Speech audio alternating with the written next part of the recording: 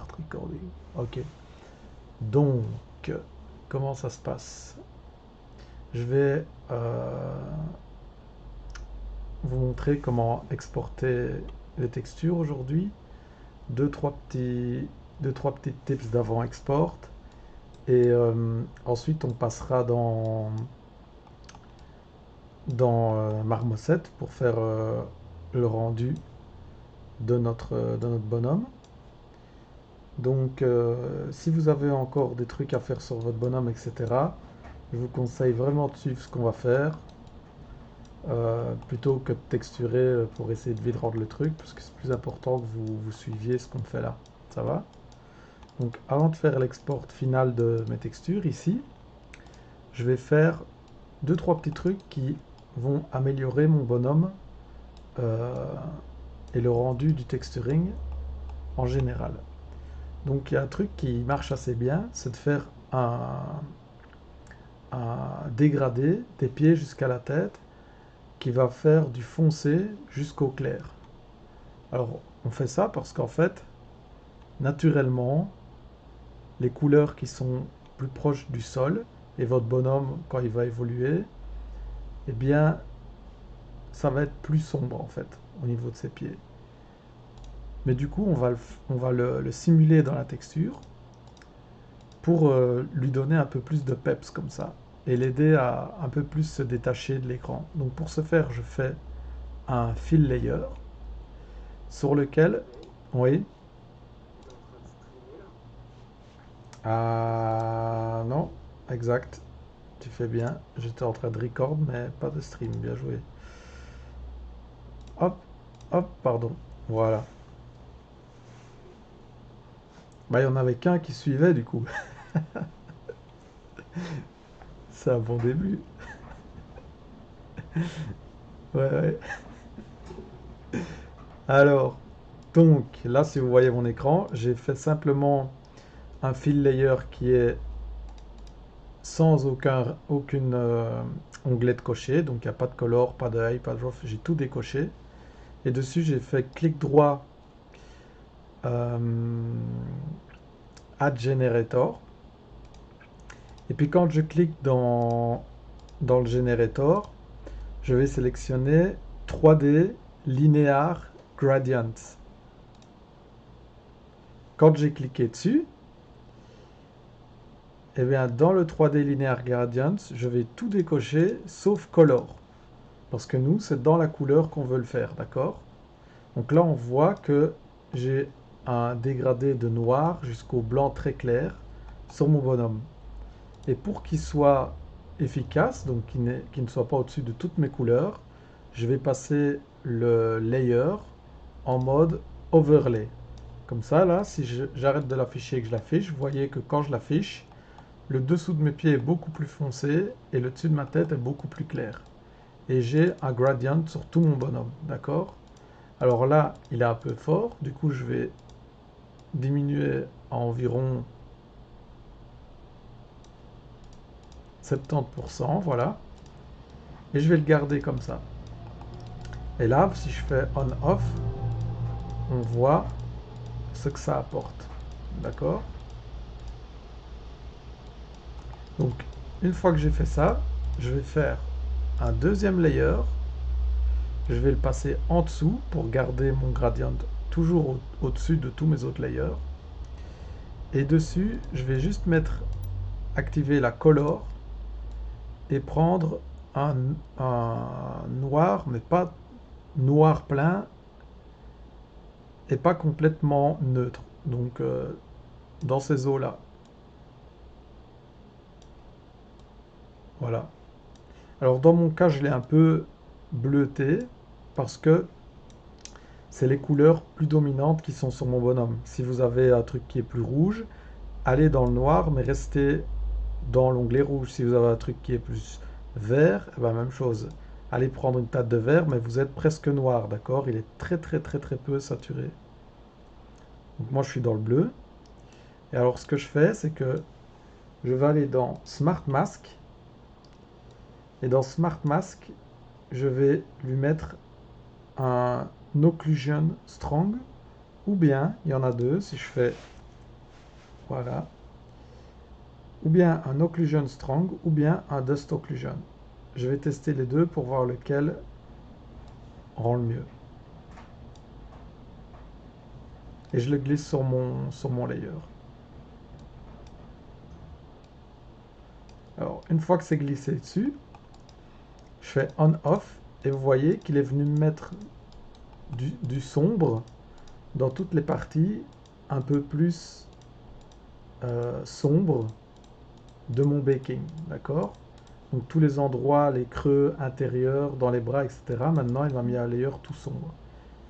Et bien ça, je vais le laisser sur on maintenant, mais je vais descendre le niveau de mon layer et je vais le descendre à quelque chose comme peut-être entre 25 et 35. Parce qu'il ne faut pas que ce soit hyper agressif, d'accord?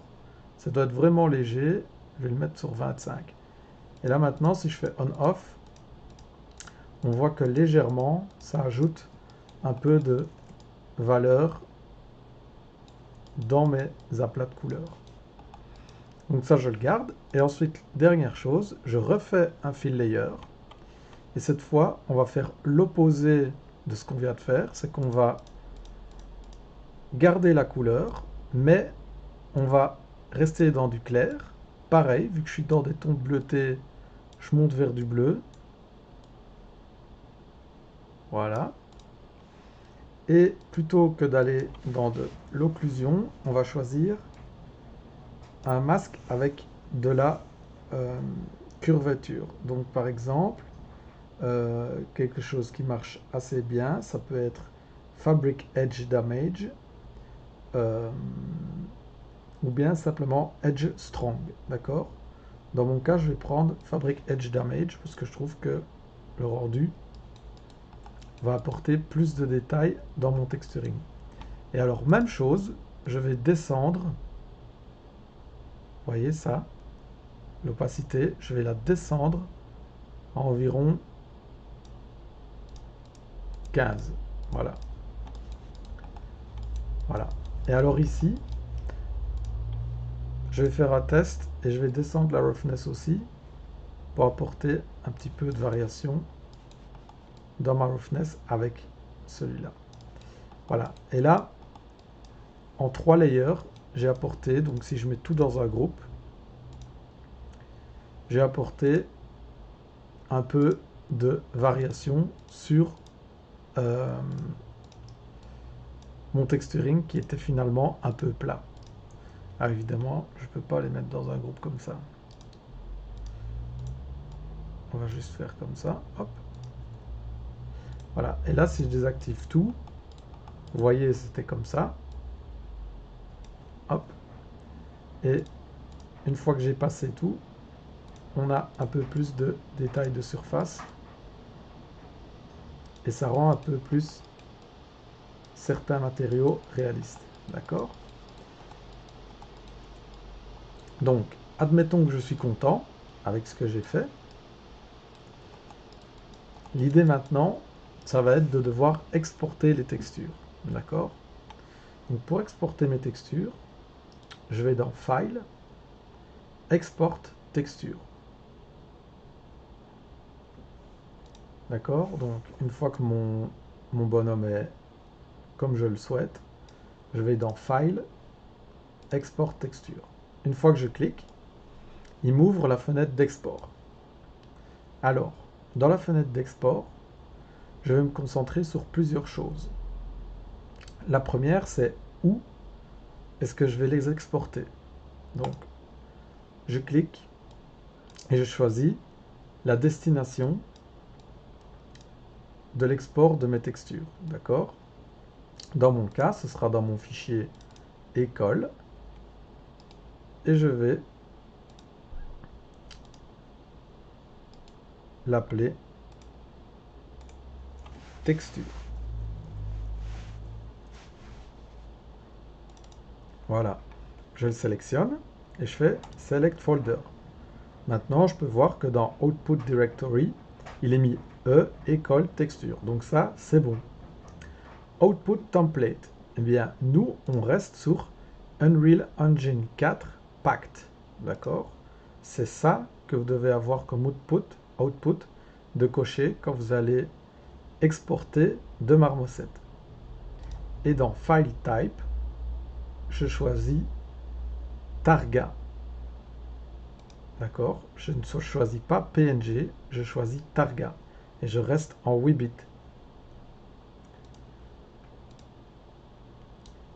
Size, ça va être la taille d'export de mes textures. Alors, moi je vais choisir du 4K. Donc la texture va faire 4096 pixels sur 4096. Et dilatation, vous pouvez laisser en Infinite. D'accord? Ensuite, je clique Export. Et pouf, mon PC a exporté toutes mes textures. Je peux directement faire Open Output Directory. Et là, je remarque que j'ai bien ma texture de couleur, ma texture d'émissive, ma texture de normal et ma texture de Roughness Metallic Occlusion. C'est écrit Occlusion Roughness Metallic. Donc, ça a l'air correct. Oui.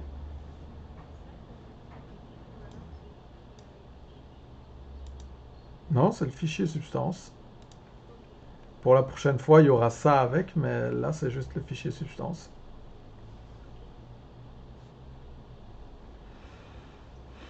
Donc, à partir du moment où vos textures sont exportées comme cela, votre travail dans Substance, il est terminé. Donc là, je vais juste faire Save, comme ça je sais que mon fichier ici, il ne bougera plus. Et je peux fermer. D'accord? Je vais le garder ouvert, parce qu'il y aura sûrement certains d'entre vous qui vont me poser des questions par rapport à ça. Quand mes textures sont exportées, eh bien je vais les utiliser dans Marmoset pour rendre mon personnage. D'accord? Donc je vais ouvrir Marmoset.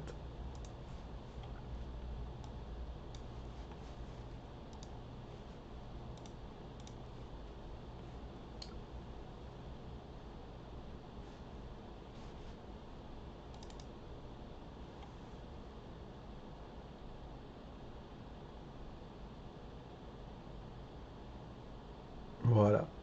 Alors je ne sais pas si vous avez Marmoset 3 ou Marmoset 4. Là c'est Marmoset 4, mais je vais me mettre en mode classique. Comme ça, la plupart de l'interface ressemblera à ce que vous avez si vous êtes dans Marmoset 3. Donc Marmoset, qu'est-ce que c'est? C'est un programme qui va nous permettre de faire une image ou une vidéo de haute qualité de notre modèle 3D.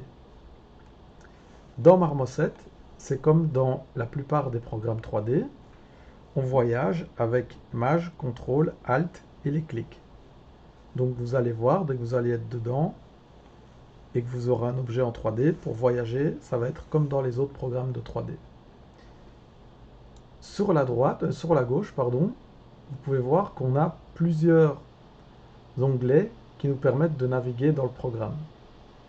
Nous, ce qui va nous intéresser, c'est surtout ce qui se passe dans l'onglet Scène, ici, et les petites icônes qu'il y a là au-dessus. Donc la petite lampe, le petit Import Model, New Camera, etc. Alors nous, ce qu'on veut faire ici, c'est rendre notre personnage pour faire un beauty shot. D'accord? Il faut bien se rappeler que là, le personnage, il y a un client qui l'a demandé, et forcément, pour lui vendre, il va falloir le mettre dans une scène avec de la lumière, etc., pour donner envie au client de l'acheter et de le mettre dans son jeu vidéo. D'accord? Donc, pour commencer, ce que je vais faire, c'est importer mon modèle que j'ai utilisé dans Substance Painter, donc mon low poly. Donc je fais File et Import Model. Une fois que j'ai fait ça, je vais le chercher. Donc le mien, il est dans mon dossier de travail que j'ai fait avec vous.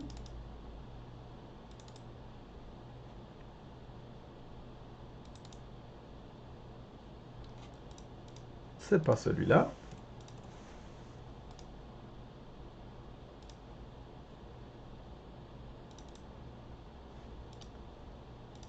C'est peut-être celui-là.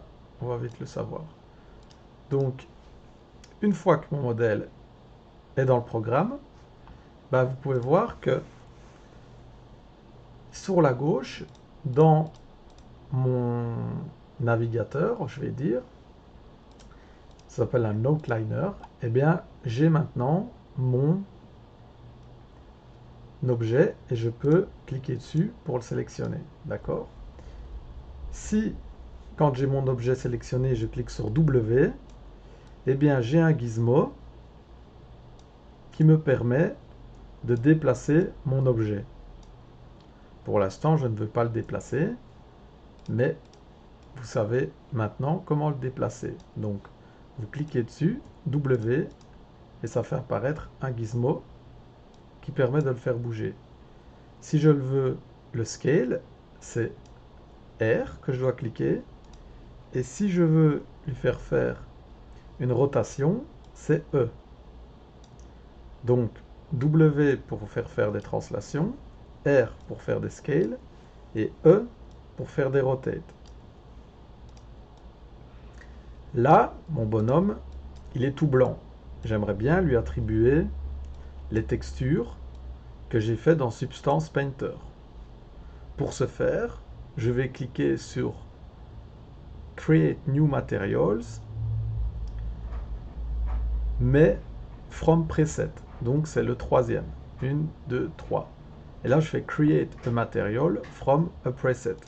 Et quand je clique, selon la version que vous allez avoir de Marmoset, vous allez avoir ou une liste comme ça, ou une longue liste avec plein de presets, dont une Real Engine.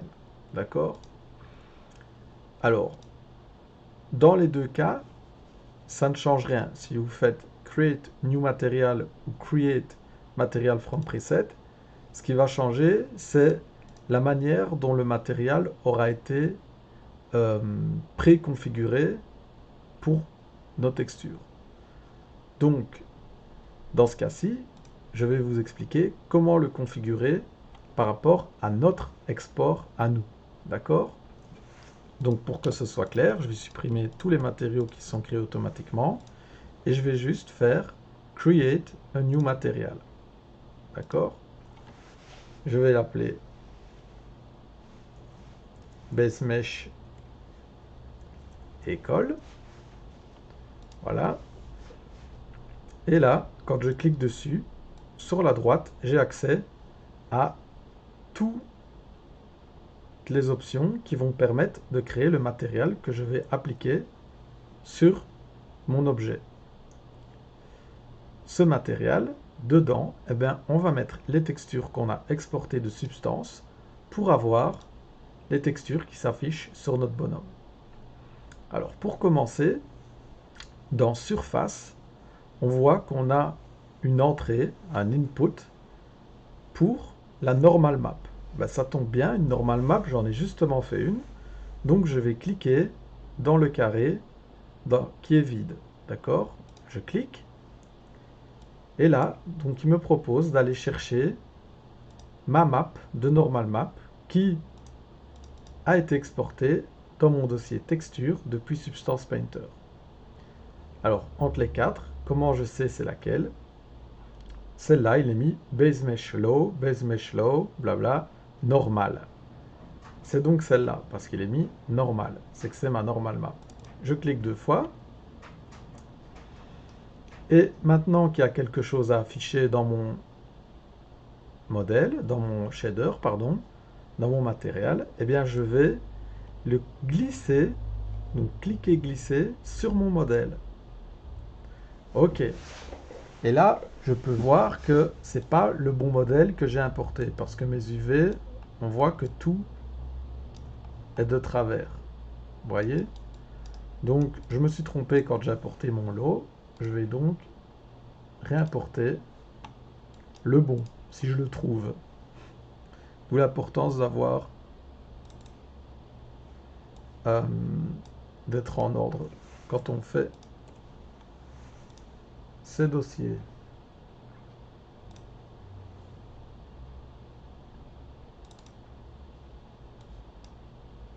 Voilà. Donc, là, je peux voir que ma normale, maintenant, s'affiche sur mon modèle. Je l'ai apporté ici et j'ai cliqué glisser mon matériel sur le modèle pour avoir le rendu. Par contre, quand je fais bouger la lumière avec majuscule et clic droit, eh bien je me rends compte que elle n'est pas exactement comme dans Substance. Si j'ouvre Substance ici et que je me mets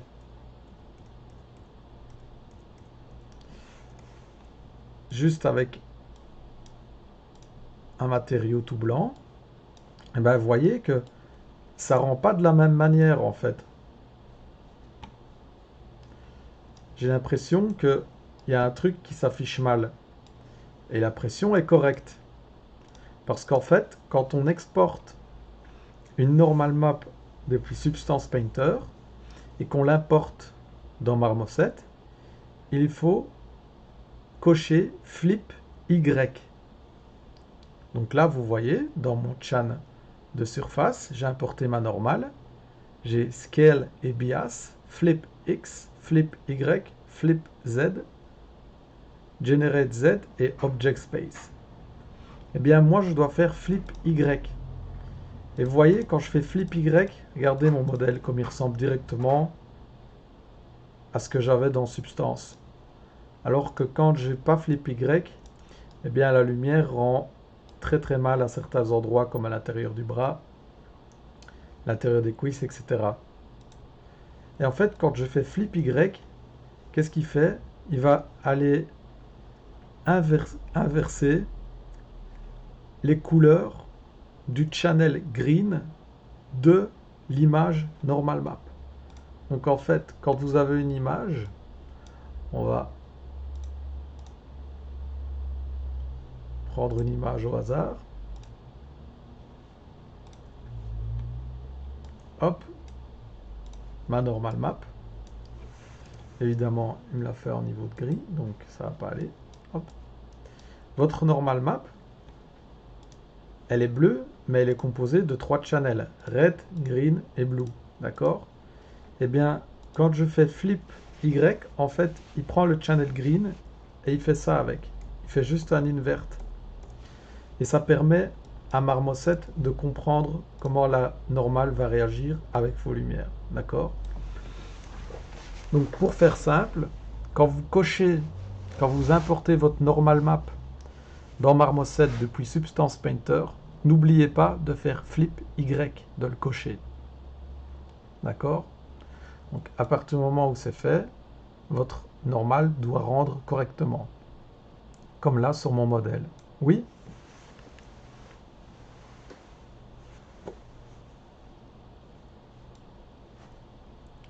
Dans Marmoset, j'ai pas encore montré. Donc c'est pas grave si ton fond est gris pour le moment. Le mien a juste changé de couleur parce que je fais bouger la lumière. Et c'est avec Maj et clic droit.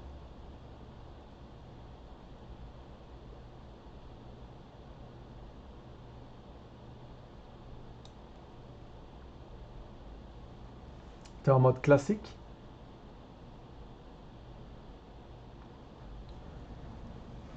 Alors, normalement, si ton modèle est mat, peut-être que tu n'as pas appliqué le bon matériau dessus. C'est possible aussi. Et si c'est pas le cas, c'est parce que ton matériau n'a pas fini d'être setup.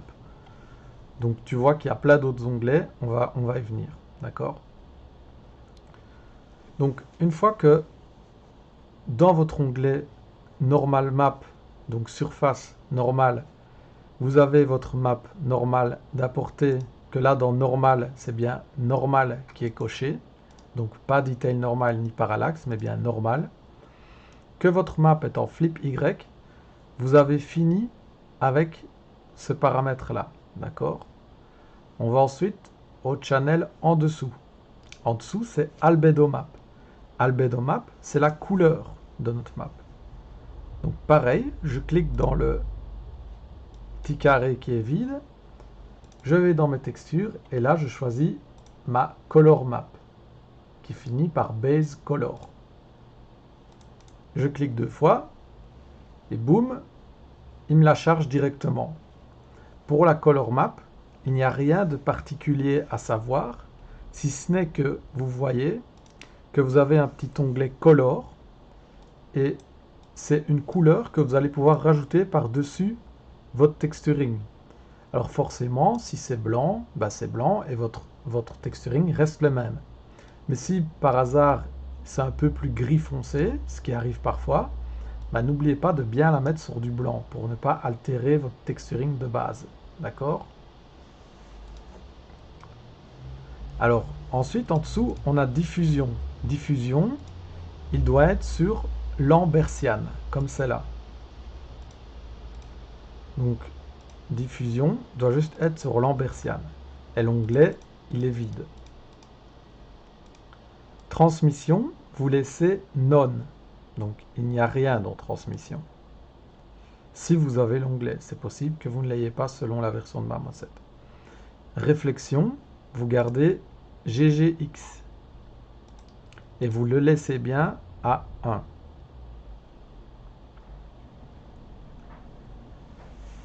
Ensuite, vous allez probablement avoir un onglet, si vous êtes dans Marmoset 3, je dois l'avoir en fait, je vais ouvrir Marmoset 3 aussi.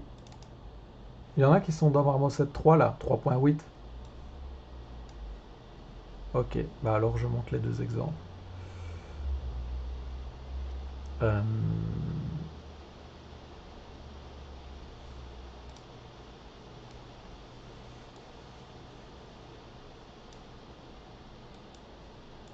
Donc, hop, hop, alors. Donc, pour Marmoset 4, on s'est arrêté à réflexion. Ok, je vais juste reprendre pour Marmoset 3, parce qu'il y a des toutes petites variantes entre les deux. Donc, normal map, tout est la même chose. On fait le flip Y et on fait bien attention d'être en mode normal, d'accord? Pour les onglets du dessus, nous, cette fois-ci, on ne va pas les utiliser. Ensuite, micro-surface. En fait, c'est le micro-surface qu'il y a ici, d'accord? Ils sont pas dans le même ordre, mais en fait, c'est la même chose. Donc, micro-surface, on clique pour importer notre map, et alors, ça va être la map occlusion roughness métallique. On l'importe.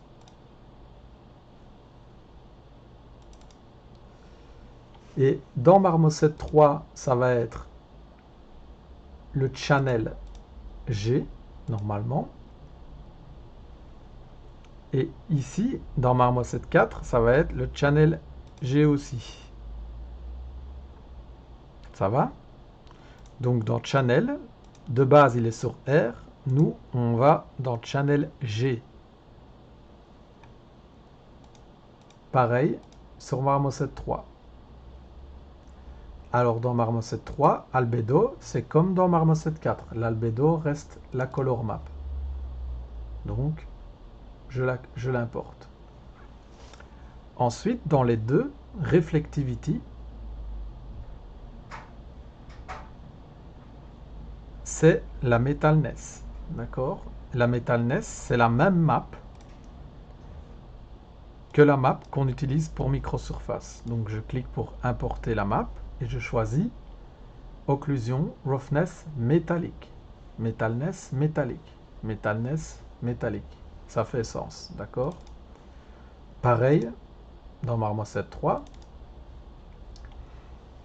Et cette fois, je fais bien attention d'être sur le bon channel. Donc là, c'est R qui est coché.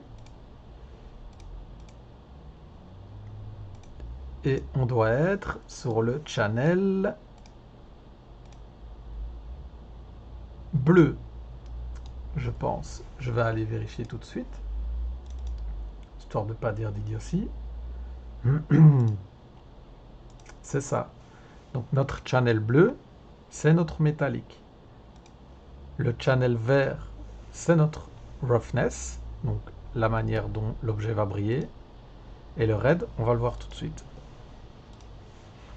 Donc, dans la Reflectivity, j'ai bien importé ma map occlusion roughness métallique et je fais bien attention d'être dans le channel bleu. Dans la microsurface, c'était pareil, sauf que je fais bien attention d'être dans le channel green, qui est G. Dans Marmoset 3, c'est pareil.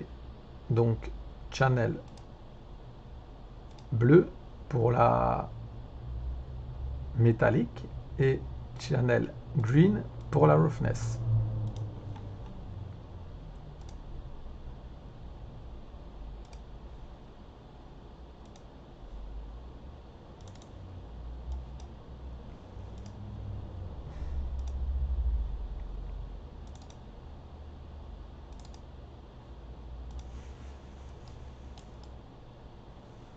Voilà.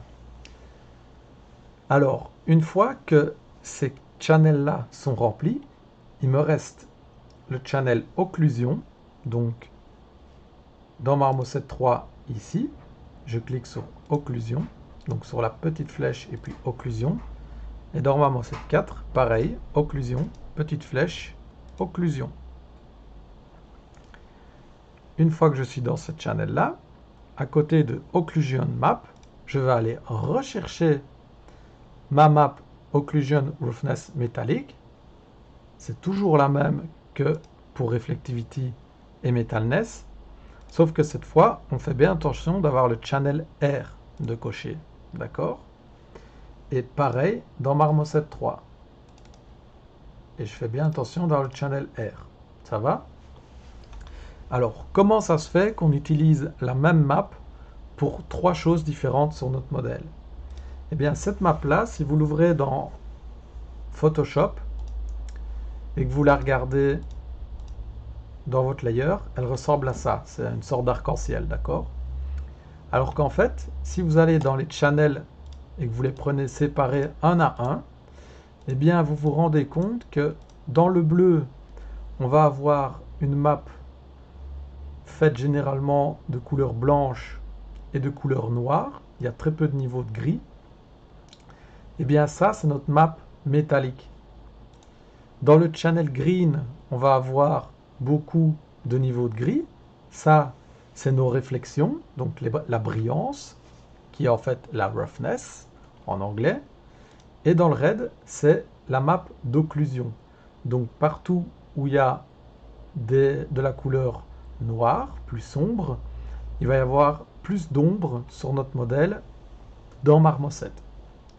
Alors en fait, on met ces trois maps-là dans une seule map, parce que c'est à chaque fois des maps qui ne sont composées que de blanc ou de noir, d'accord? Même ici, il y a du gris, mais le gris, c'est du blanc et du noir. Et du coup, en mettant tout dans la même texture, on optimise. Et c'est pour ça que dans Marmoset, quand on choisit la roughness, la métallique et l'occlusion, on indique au programme quel channel de notre texture aller chercher pour afficher dans le rendu. Donc microsurface, on dit G parce que G c'est le channel vert, c'est green, d'accord, c'est celui-là. La metalness, on dit B parce que c'est le channel blue, c'est celui-là. Et l'occlusion, on dit R parce que c'est le channel red dans notre map. D'accord? C'est pour ça qu'à chaque fois, on doit préciser au programme où aller chercher la texture. Cavity map, on n'a pas, donc on laisse vide.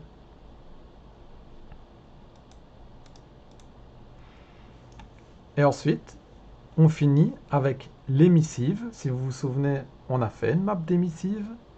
Et alors là, c'est Emission. Je vais aller dans le petit onglet avec la flèche et je clique Emissive. Et là, j'importe la map émissive. Voilà. Alors, dans l'onglet émissive, j'ai la capacité de régler l'intensité de mon émissive. Donc là, comme vous pouvez voir, quand je joue avec cet onglet, eh bien, mon émissive brille plus ou moins fort.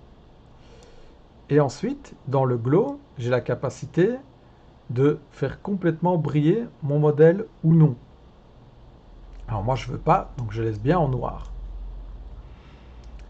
En plus de cela, dans la color, j'ai l'opportunité de changer la couleur de mon émissive.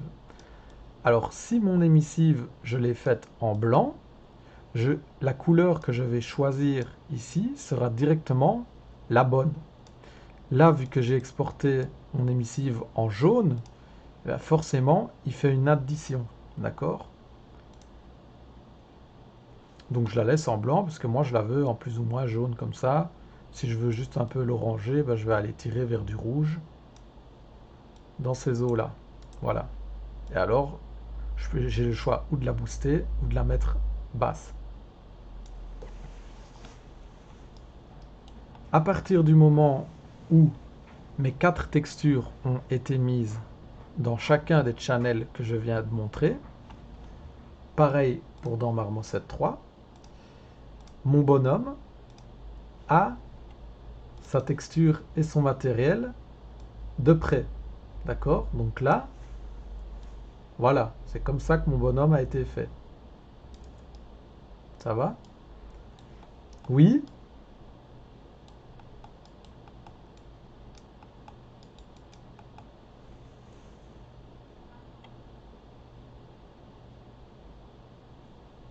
T'es sûr que tu n'es pas plutôt dans l'onglet Transparency?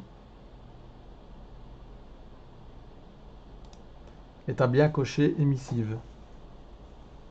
Et si tu remets None, ton bonhomme réapparaît. Ah ouais, ça c'est bizarre. Ça peut rendre très fort à un bug. Essaye un petit peu de choisir Heat à la place de émissive. D'accord, c'est normal. S'il est devenu tout jaune, c'est parce que ou tu n'as plus de map, ou si tu as une map, elle doit être toute blanche. Voilà. Alors, il faut remettre ta map.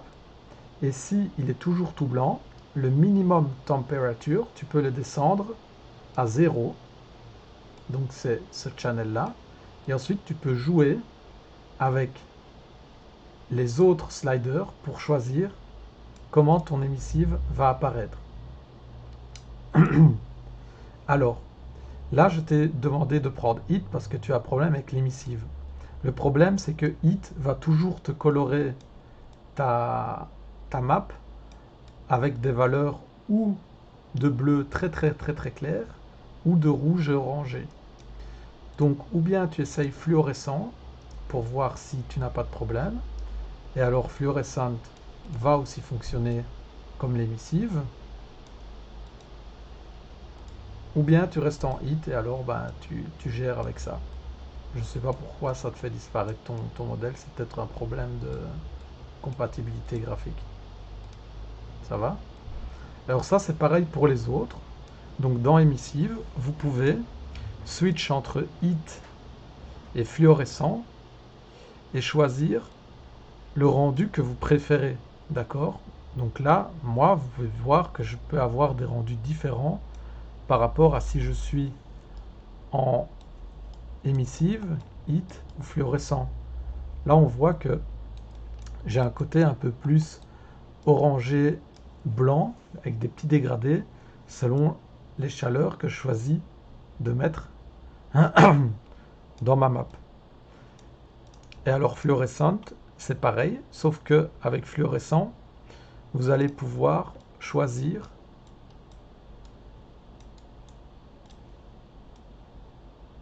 comme pour le reste la couleur, comme pour émissive la couleur, d'accord? Alors que dans hit, on ne peut pas. Moi, je vais me remettre, hop, en hit ou émissive, je ne sais pas encore, on verra. Pour le moment, je mets en hit. Voilà. Alors, à partir du moment où toutes mes textures sont importées comme ça, je peux, mais normalement, si j'ai bien fait mon texturing, je n'ai pas besoin de le faire, un petit peu jouer avec certains sliders de mes matériaux pour un peu gérer la manière dont ça s'affiche à l'écran. Vous voyez que là, la Metalness, ben, je peux tout à fait la retirer complètement et puis avoir le côté métallique. Je ne veux pas évidemment, mais parfois c'est intéressant d'un petit peu jouer avec pour la réduire ou vous rendre compte que ça rend un petit peu mieux si elle est un tout petit peu réduite. Dans mon cas là, je trouve que c'est un peu mieux. D'accord? Mon émissive, elle est un peu trop forte, je la réduis aussi. Voilà. À partir du moment où le matériau est setup de la manière dont on vient de le faire, donc avec chacun des channels attribués correctement pour la roughness, metalness et l'occlusion, que vous avez une emissive map si vous avez de l'émission ou une transparency map si vous avez des parties transparentes sur votre modèle, que vous avez une normal map avec le channel Y qui est inversé et une albedo map avec la couleur qui est bien sur le blanc, alors vous avez fini de travailler sur cette partie-là dans Marmoset. Donc vous n'avez plus besoin de vous occuper de votre matériel. Ça va? Alors, à partir du moment où votre matériel est donc fait, vous allez vous intéresser à la partie éclairage. Car là, notre modèle, que ce soit dans Marmoset 3 ou dans Marmoset 4, il est éclairé par un sky. Quand je clique sur sky, j'ai accès en dessous à tous les détails de mon panneau sky. Donc j'ai image, export, preset, etc. Pour commencer, nous allons descendre la brightness du sky à 0. On la réaugmentera plus tard, mais pour commencer, on la descend à 0. Quand je descends la brightness de mon sky à 0, selon la version de Marmoset que j'utilise et la façon dont mon emissive map est configurée, je peux ne plus voir mon modèle parce qu'il n'y a plus de lumière, ou bien juste voir les parties émissives parce qu'elles sont censées émettre de la lumière par elles-mêmes. Dans ce cas-ci, on peut voir que dans Marmoset 3, on ne le voit plus, dans Marmoset 4, on le voit toujours. C'est parce que c'est d'un côté en fluorescente et de l'autre côté en hit. Ça va? Donc j'ai descendu la lumière de mon sky à 0. D'accord? Brightness 0. J'ai fait ça parce que je vais maintenant importer une lumière. Donc je fais New Light. C'est la petite icône d'ampoule qu'il y a au-dessus du mot scène et à côté du cube. D'accord? Je clique dessus. Et là, dans mes deux scènes, on peut voir que j'ai une lumière qui éclaire mon bonhomme. D'accord? Alors nous, on va voir, je me remets complètement dans Marmoset 4, nous, on va voir un type de lighting pour éclairer notre bonhomme, mais il y en a plein. Je vais vous en montrer un maintenant, qui est un type de lighting standard, et puis j'en ferai un custom qui sera par rapport à mes goûts, à ce que j'ai envie de présenter pour rendre mon modèle. D'accord? Ce que je vais vous montrer, c'est un lighting standard qui est théorique, mais avec lequel on peut rarement se tromper. D'accord? Donc, je fais un nouveau fichier. Si la sphère, ici, c'est mon modèle. D'accord? Eh bien, nous, dans Marmoset, on va faire un lighting qui s'appelle un 3-point lighting. Avec, donc, en fait, là, mon modèle, il est vu du dessus, d'accord? Et le côté face, c'est ce côté-ci. Là, il regarde par ici. Je vais faire une flèche, ce sera plus simple.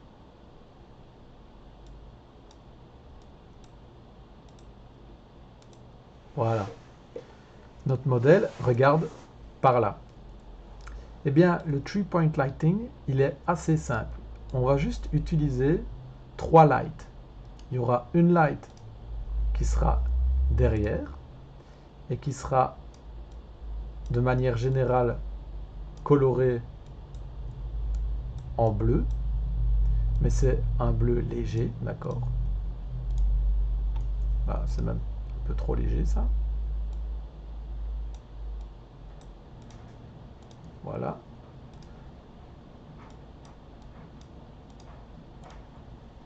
Je suis encore au niveau de gris, moi. Ouais, je suis encore au niveau de gris.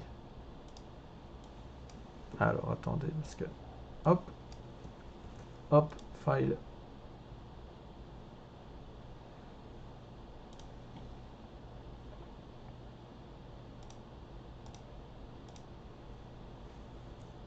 Voilà. Donc, on est avec une couleur bleue pour la backlight.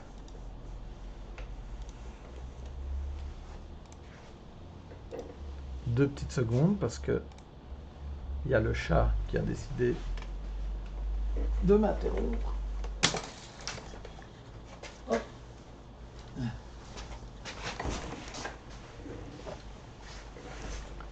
Donc on est... Pourquoi est-ce que je peux plus rien faire? Je sais plus utiliser Photoshop.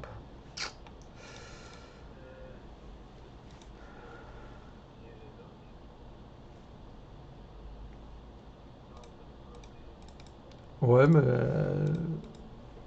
je veux rien entendre.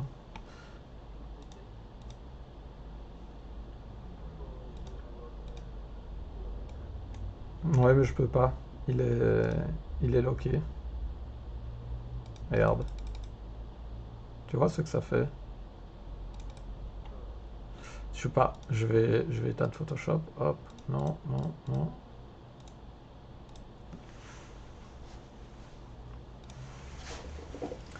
Donc l'idée, c'est de faire un lighting avec 3 lampes. Il y en a une qui va être à l'arrière de notre bonhomme et qui va servir à euh, détourer sa silhouette. Donc là, je place la lampe à l'arrière et l'idée, c'est de la décaler un tout petit peu pour le prendre de côté. Vous pouvez le mettre à gauche ou à droite. Ce qui va dépendre par la suite, c'est quelle lampe de devant sera où, selon si vous choisissez gauche ou droite, d'accord? Alors là, je la mets derrière, et vous voyez que si j'exagère sur la manière dont elle va fonctionner, eh bien vous voyez que ça détourne, ça crée un outline sur toute la silhouette de mon bonhomme. Donc là, il est dans le noir, mais indirectement, grâce à cette light-là, il se détache déjà du fond noir. D'accord? Donc ça va être le but de cette light-là. On retourne dans Photoshop, maintenant que ça s'est réouvert.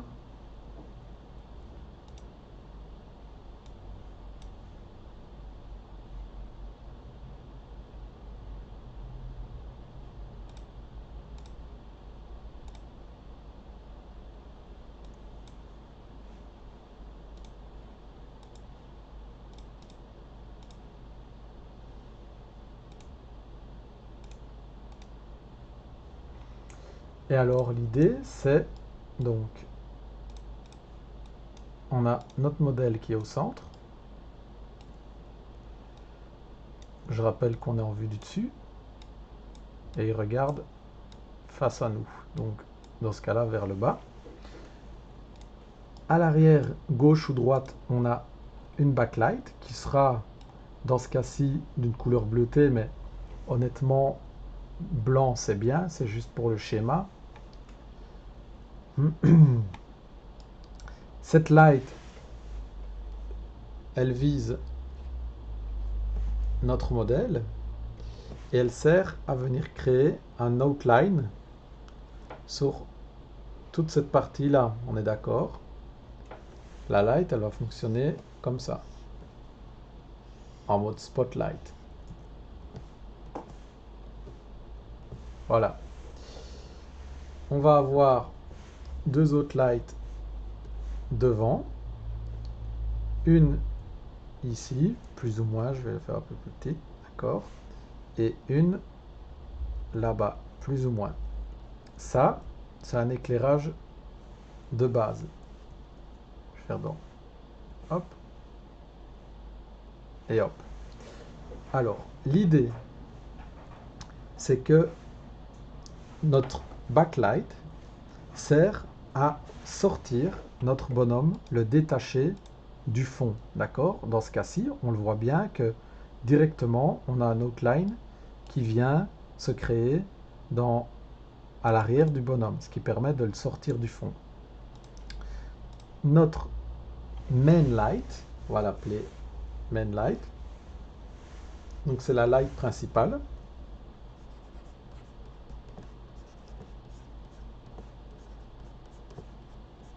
Main light, elle va venir agir plus ou moins de cette manière-là sur notre modèle et éclairer tout l'avant. Donc dans ce cas-ci, ce qui nous intéresse vu qu'on présente notre modèle par là, d'accord? Donc si je viens dans Marmoset et que je crée une nouvelle light,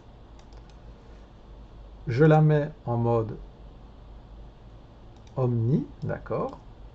Donc sur Marmoset 3, ce sera en mode Omni ici, donc Type, je choisis Omni, et je la mets où je l'ai mis sur mon plan, donc plus ou moins là, mais je fais bien attention à réduire la manière dont elle agit, parce que vous voyez que si je la mets à fond, mon modèle il est complètement cramé.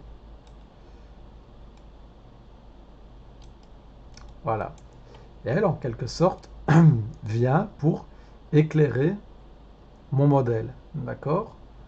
Donc là, on voit que maintenant, mon modèle se détache du fond grâce à l'outline de la lumière bleue.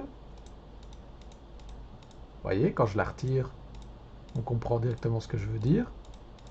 Et la light de devant vient éclairer mon modèle. D'accord? Je ne la mets pas pile face devant parce que c'est moins intéressant. Hop, je la décale. Et je la décale par rapport à ma backlight aussi.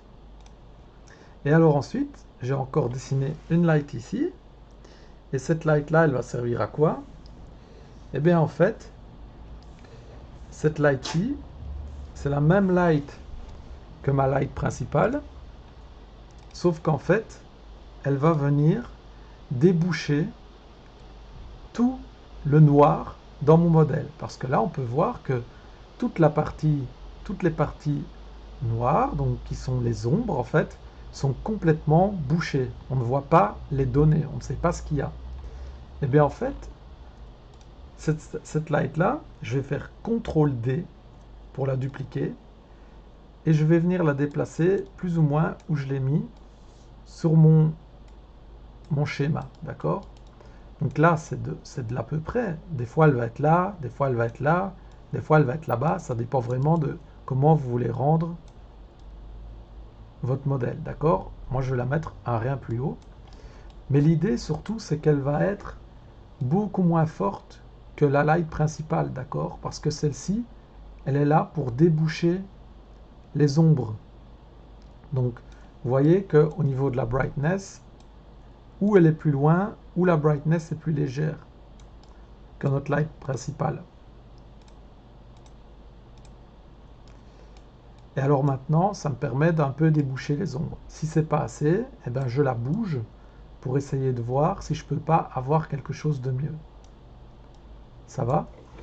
Donc, ce type de lighting là, d'accord, c'est un lighting basique, mais avec une petite marge de manœuvre. Donc on va dire que pour la backlight, vous avez toute cette marge de manœuvre là, c'est-à-dire que la backlight peut se situer dans tout ce rectangle là. Et pour ces deux lights-ci, c'est pareil, en comptant qu'elles doivent être, je veux dire, opposées. Parce que si elles sont tous les deux l'une sur l'autre, bah elles vont pas servir à grand chose. Il y en a une des deux qui servira à rien, d'accord? Donc pareil, cette light là pourrait être ici. Donc la main line pourrait être là, mais alors votre light qui sert à déboucher les ombres est de l'autre côté. Donc avec ce système là de lighting qui est très basique, vous ne pouvez pas vous tromper. C'est pas un lighting qui est original, c'est pas un lighting qui va forcément, euh, je vais dire, être étonnant, mais c'est pas un lighting avec lequel vous pouvez vous tromper. C'est-à-dire qu'avec ce lighting-là, on pourra toujours bien comprendre et il mettra toujours en valeur votre modèle, d'accord? Donc ça en est un parmi plein d'autres. Il y a des centaines et des milliers de façons d'éclairer un modèle selon ce que vous voulez faire ressentir. D'accord? Dans le cas où vous seriez sur un truc d'horreur, ben forcément que vous allez généralement avoir qu'une lampe, que ce sera très sombre, et que si c'est le visage ou une main arrachée que vous voulez faire ressortir, ben ce sera la main arrachée ou le visage qui sera mis en valeur. Là, si je bouge tout mes lightings et que je fais un lighting plutôt d'horreur et que je mets juste une spotlight, comme quand on raconte des blagues quand on est enfant, hop, je vais venir taper une spotlight juste sous sa tête, qui sera en contre-plongée, d'accord? Et là, on est plutôt sur un truc justement qui est plutôt mystérieux. On se demande un peu, waouh, qu'est-ce que c'est que ce truc? Voilà, vous voyez? Et là, j'ai qu'une light. Donc vraiment, en termes de lighting, il y a moyen de faire des dizaines et des dizaines de choses différentes. Moi, le lighting que je vous propose ici, c'est un lighting standard pour arriver à lighter un modèle et qu'on le comprenne sous tous les angles, d'accord? Sans que ce soit dégueulasse.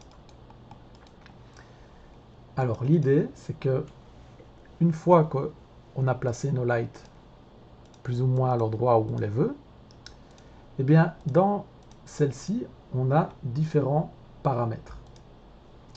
Pour Marmoset 4 et Marmoset 3, il varie un petit peu. Dans Marmoset 3, en fait, tout ce qui est distance, brightness, etc., se gère juste avec brightness et diamètre dans Marmoset 4. D'accord?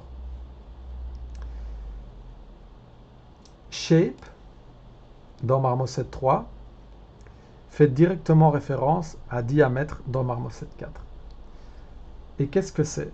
Donc en fait, ici, si je cache toutes mes lampes et que je garde juste ma lampe principale, vous voyez que si je change le diamètre, eh bien la réflexion dans mon modèle va de plus en plus devenir imprécise en quelque sorte. Elle se smooth comme ça, vous voyez, jusqu'à devenir super grande. Après là, hop, vous voyez que on a l'impression que j'ai vraiment un grand panneau LED par exemple devant mon modèle ou un néon. Si je mets en forme de rectangle, c'est encore plus explicite.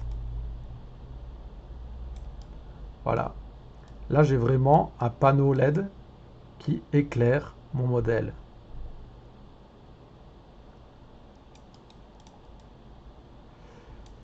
Je fais ça grâce à l'onglet Shape. En fait, ça va permettre de changer la forme de ma light. Par exemple, si je veux juste un néon, je vais faire un long truc comme ça. Et là, j'ai un néon. Et j'ai même un reflet du coup en forme de ligne. D'accord? Eh bien, dans Marmoset 3, c'est pareil, sauf que chacune des, chacun des paramètres est directement modifiable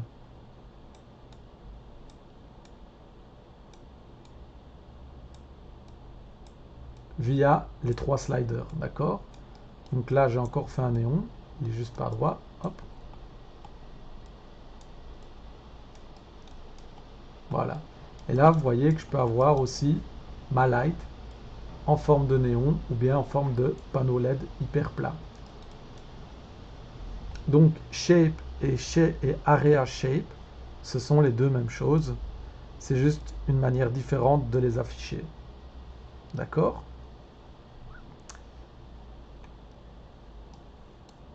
Alors dans ce cas-ci, dans le cas de mon lighting sur mon robot, je vais garder ma lampe principale et un tout petit peu la colorer en jaune. Voilà, mais c'est très très léger. Et je vais la garder en mode néon, d'accord? Comme ça me permet d'avoir deux types de réflexions différentes parce que la light qui va venir déboucher mes ombres, c'est une light qui est de forme rondelle. Et vous voyez que là, ma réflexion va être plutôt en forme de rond et du coup ici, plutôt en forme de ligne. Et ça me permet d'avoir quelque chose de plus varié. D'accord? Une fois que je suis content avec ce lighting, donc là, voilà, disons que j'en suis content, je vais retourner dans mon sky et un petit peu le réaugmenter, d'accord? Je ne le réaugmente pas à fond, je l'utilise juste pour me permettre de récupérer de la réflexion à certains endroits. Par exemple, là il est éteint, et quand je le mets un tout petit peu, si vous regardez au niveau ici des côtes, ben vous allez voir que je perds complètement la réflexion qu'il y a dessus quand il est éteint. Or moi je la veux, mais très légère. Donc quelque chose dans ce genre-là. Voilà. Et là, rien que comme ça me permet d'avoir quelque chose qui visuellement est plutôt intéressant. D'accord?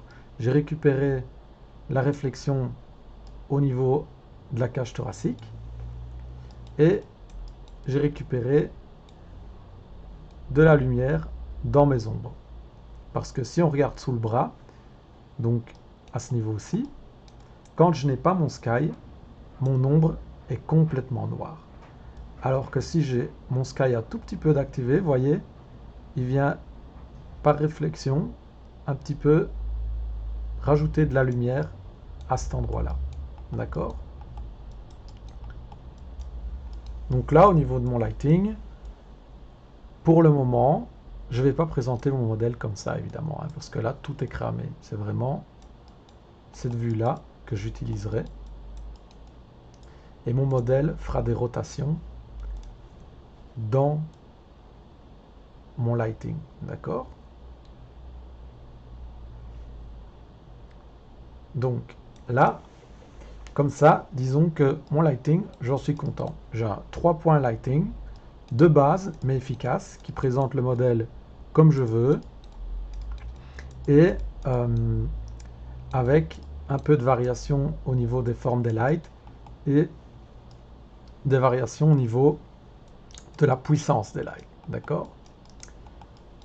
Alors, après ça, qu'est-ce que je fais? J'ai un onglet Render. Alors, le render, si vous êtes dans Marmoset 3 ou Marmoset 4, il y a énormément de différences. Donc, tout simplement, dans Marmoset 4, si vous avez envie de chipoter, je ne vais pas tout vous expliquer pour chipoter avec le render de Marmoset 4. Mais essayez des choses, amusez-vous, allez voir sur Google s'il y a des choses que vous ne comprenez pas, d'accord? Et essayez. Si vous avez peur de faire des erreurs, vous ne vous tromperez pas si vous laissez juste Ray Tracing désactivé et vous allez juste aller activer Ambient Occlusion, Local Reflection et Local Diffuse, d'accord? Vous activez juste ça et vous pouvez faire déjà de très bons rendus rien qu'avec ça, d'accord? Si vous avez envie de vous amuser d'un peu zioter, allez-y, allez checker pour le ray tracing, etc. Mais moi là, je ne vais pas m'attarder dedans parce que c'est un gros dossier. Pour Marmoset 3, dans Render, c'est pareil. Vous pouvez activer Occlusion et Local Reflection, d'accord? Donc là, évidemment, mon lighting, je ne l'ai pas fait ici, vu que je l'ai fait de l'autre côté, mais donc on a un rendu un peu moins chouette. On peut essayer de faire plutôt un rendu de type garage ici.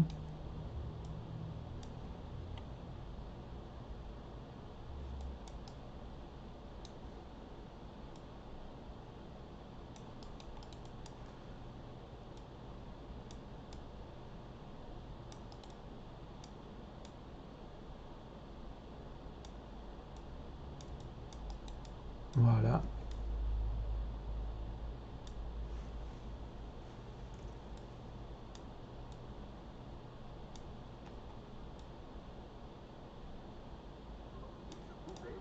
Ouais.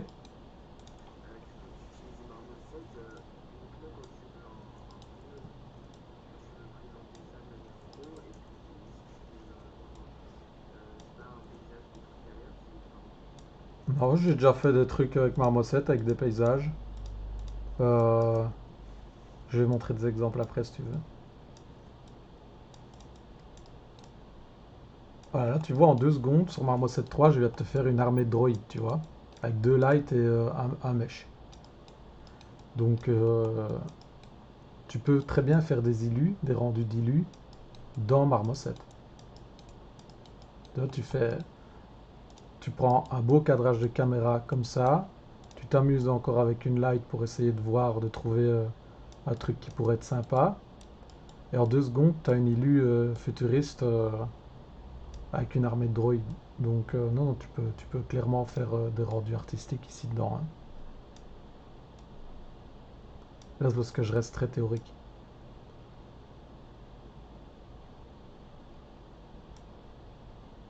Voilà, boum.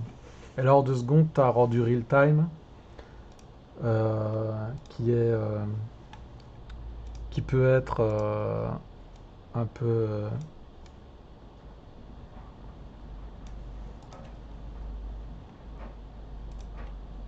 en mode illustration.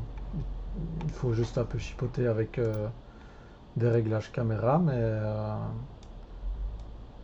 tu pourrais très facilement faire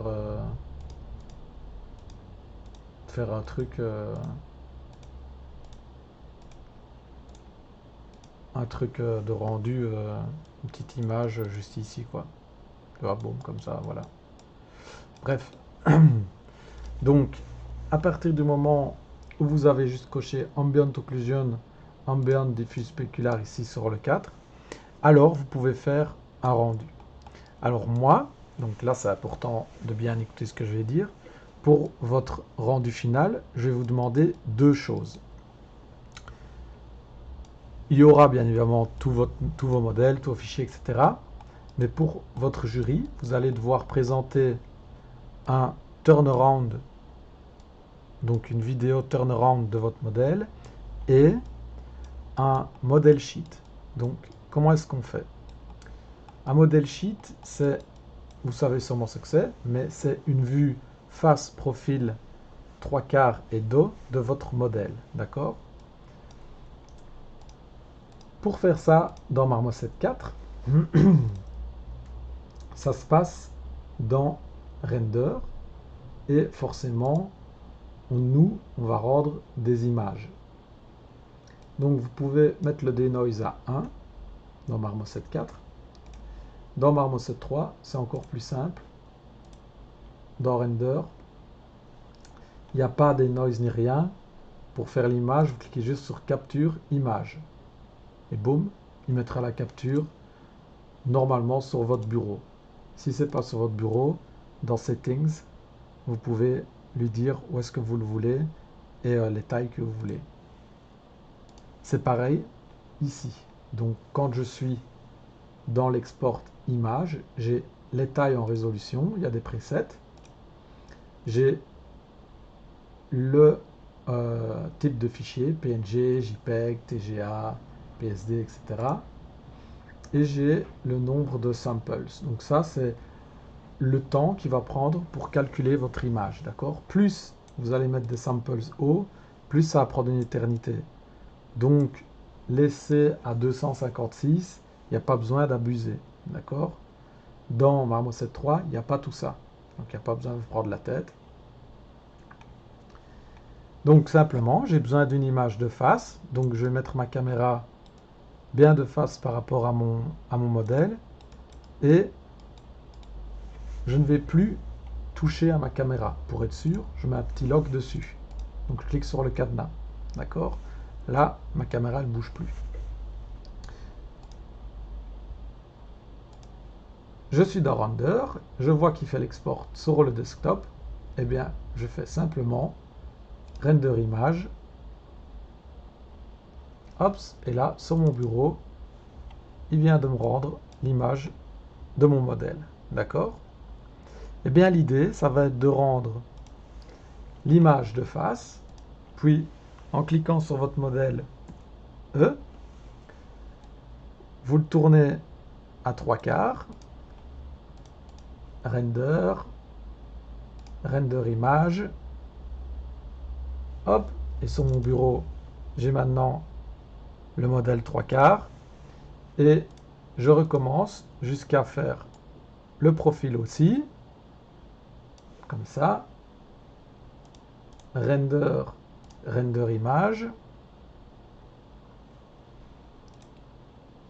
et maintenant, encore une fois, pour le dos,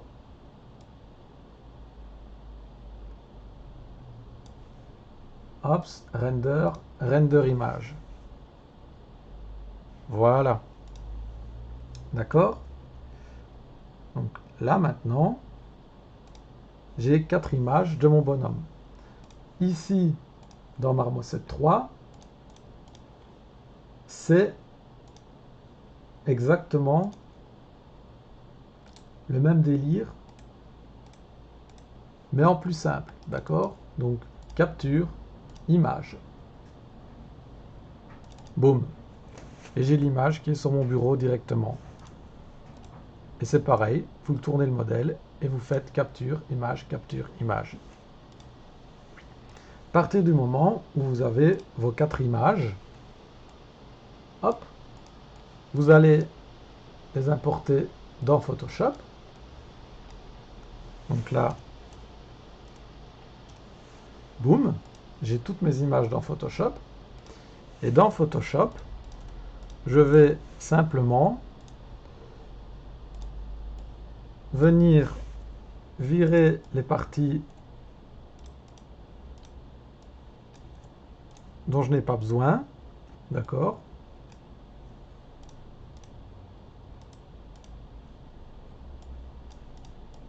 Comme ça, voilà. Et placer mon bonhomme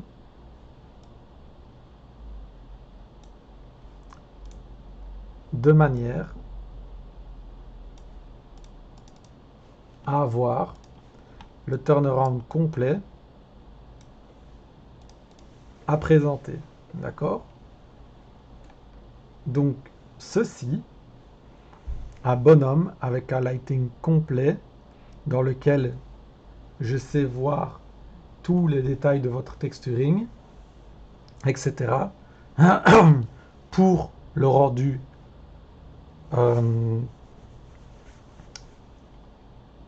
image, c'est le strict minimum que je demande. D'accord? Donc ça, c'est l'image que je vous demande pour votre rendu. Il y aura une nomenclature, etc. Ce sera précisé. Donc un turnaround, profil, 3/4 d'eau, face de votre modem.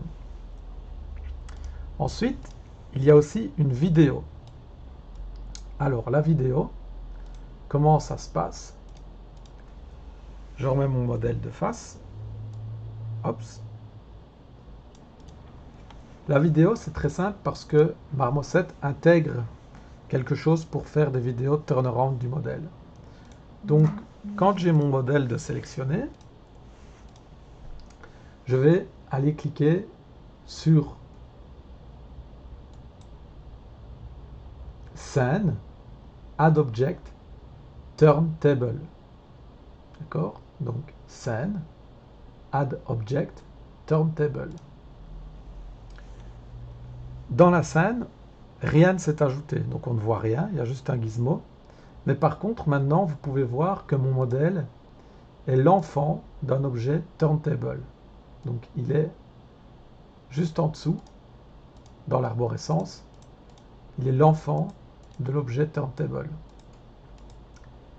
Et par magie, quand je clique sur Play ici maintenant, ben vous pouvez voir que là je ne fais rien, je ne touche pas mon ordi, mais mon modèle tourne sur lui-même. D'accord? Ça c'est grâce au turntable. Dans Marmoset 3, c'est la même chose. Donc je vais virer toutes les copies que j'ai fait. Hop, remettre un sky pour qu'on y voit plus clair. Je sélectionne mon modèle de base. Je vais dans Scene, Add Object, Turntable. Même chose, mon objet s'est mis en enfant d'un turntable. Et quand je clique sur Play, boum, il tourne sur lui-même. D'accord? Pour exporter ça, je vais dans Capture et je fais Vidéo. Et là, on peut voir qu'il me demande la taille de ma vidéo, le sampling, le format. Je reste en sampling x16. Le format, je reste en H264. La qualité, je peux la monter à 100. Mid correction, je le garde. Je désactive Transparency et je désactive Auto Open. Là, je fais Export. Et il va me demander où sauver ma vidéo. Je la mets dans Picture.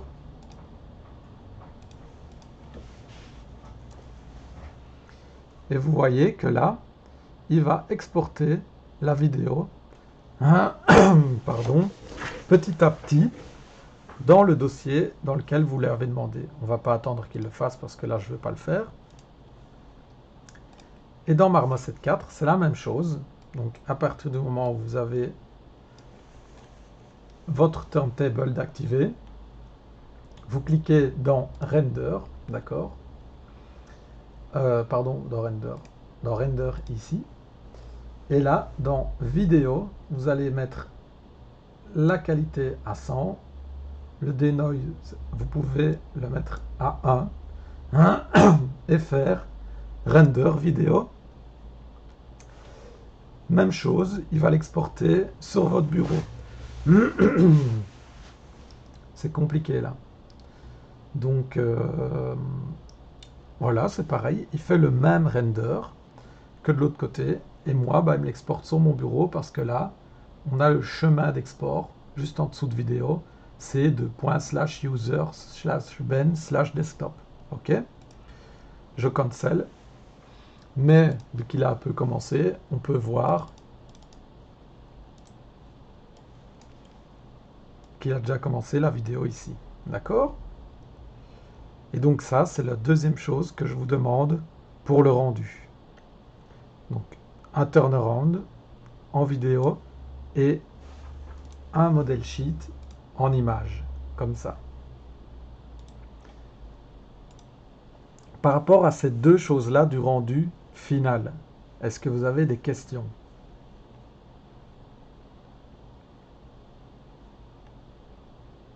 Oui, je t'écoute.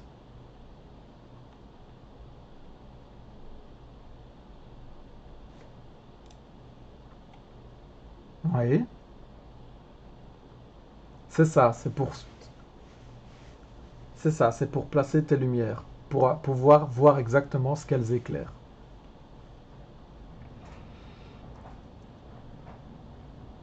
Tu peux la réaugmenter et tu peux même prendre tes aises en allant dans Preset et essayer d'autres presets de Sky. D'accord? Donc voilà, là quand j'essaye d'autres presets, on voit que la couleur du fond change.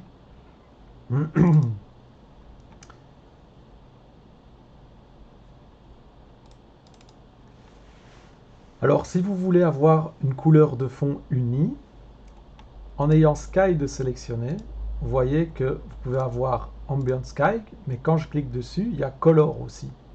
Et alors je peux choisir automatiquement la couleur que je vais avoir en fond de mon modèle.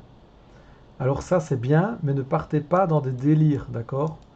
J'ai pas besoin d'avoir un rendu pop art. Pas besoin d'avoir un truc comme ça, quoi. D'accord? Essayez quand même de rester sobre parce que moi là, en tout cas pour votre euh, model sheet, c'est le texturing, le modèle, etc. que je vais coter. Après, pour le turnaround, si vous allez faire un truc super funky, faites-vous plaisir si vous voulez, mais il faut que ce soit vendeur, quoi. Parce que n'oubliez pas que je serai votre client. Donc moi, en général, ce que je préconise, c'est de rester assez sobre sur des couleurs un peu dans ces eaux-là, entre ceci et ceci, plus ou moins. Ne faites jamais un noir plein, et ne faites jamais un blanc plein, d'accord? On est toujours dans de l'entre-deux. Généralement, ce que je fais, bah, c'est des choses dans ce genre-là. Voilà, plus ou moins. Si je vais dans mes images, on regarde des rendus pour des clients, bah, vous voyez que la plupart des trucs, donc on regarde que le fond, on est sur du gris foncé hein, à chaque fois. Hein. Euh, pareil, mais ça c'est des airbrush. Là, on est aussi sur du gris foncé pour un turnaround, d'accord? On est toujours sur du gris foncé, etc. Là, il y a du gris un peu plus clair, mais on n'est jamais dans des trucs très très fous, quoi. On est souvent dans des choses très sobres, parce que c'est la meilleure manière de pouvoir juger le modèle, d'accord? Après, pour votre vidéo, là, rien ne vous empêche d'essayer de me surprendre ou de faire des choses qui pourraient être plus intéressantes, d'accord?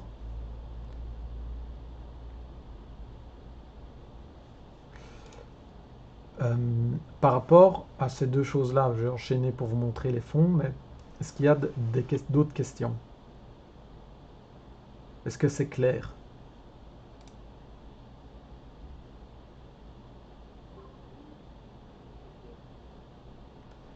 Donc je demande un rendu comme celui-ci et une vidéo turnaround. Vidéo turnaround, bah, comme je vous ai montré, ou bah, comme je viens de montrer en exemple dans des trucs que j'ai déjà rendus. D'accord? Un simple turnaround comme ça. Là, c'est un GIF, mais vous, ce sera une vidéo, d'accord?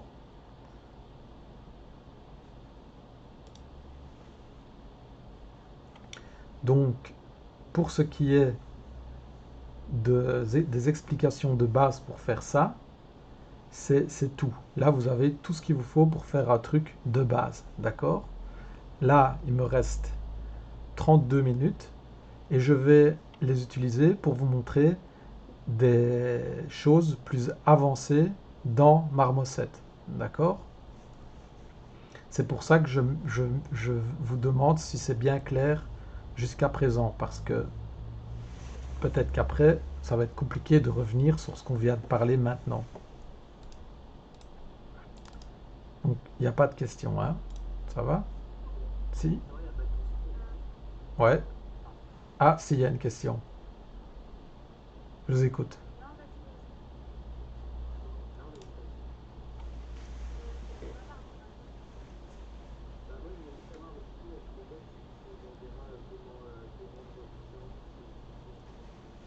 Oui, bien sûr. Ça, vous allez avoir un truc réel, cette fois en format PDF avec tout, parce que c'est le rendu final. Il y a plusieurs fichiers. Il va falloir être clair sur les nomenclatures.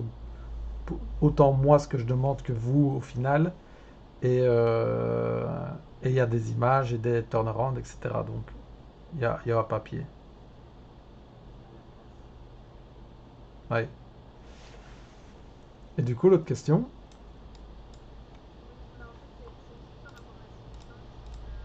Oui.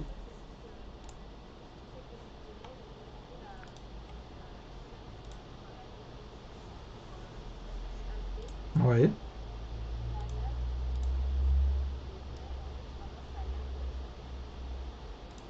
Mais il a peut-être pas fini de revenir, il a peut-être pas fini de revenir à la définition à laquelle tu étais. Mais De toute manière, tu n'as pas besoin d'augmenter cette résolution-là pour exporter tes textures. D'accord? Quand tu fais ton export de texture, là, moi, je suis en 4K, mais je peux très bien exporter en 1024 ou en 8K. D'accord? Donc, tout simplement, quand tu exportes, choisis la taille de texture que tu veux exporter, mais ici, pas besoin forcément de le changer à l'avance. D'accord? Et si là, bah, ça bug toujours, tu te mets en 2K ou en 1024, tu saves, tu coupes le programme et tu le relances. Allô? Oui. Il y a eu une coupure, du coup, j'ai pas entendu. Mais en fait, le truc, c'est que j'ai redémarré le PC. Mais en fait, maintenant, peu importe la texture, une fois qu'on est en train de construire, ça bug. Donc voilà. Bah, dans tous les cas, à partir du moment où ton texturing était fini, si tu fais ton export, normalement les textures seront de bonne qualité. Et si ce n'est pas le cas, vérifie bien que tous tes pilotes sont à jour et que tu as un moyen de, euh, de l'exporter ensuite. Si ce n'est pas le cas, si tes pilotes ne sont pas à jour, tu les mets à jour. Et si ça ne marche toujours pas, envoie-moi ton fichier, je vais vérifier en live, là, voir si ça le fait ici. Ça va?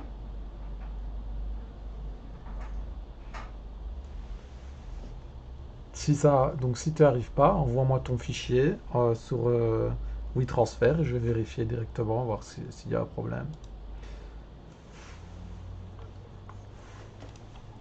Donc dans Marmoset, il y a plusieurs choses que je ne vous ai pas montrées et qui peuvent fortement augmenter la qualité de rendu de votre modèle, d'accord? Donc la dernière chose que je viens de montrer, c'est dans Sky, on peut changer la couleur de fond, d'accord?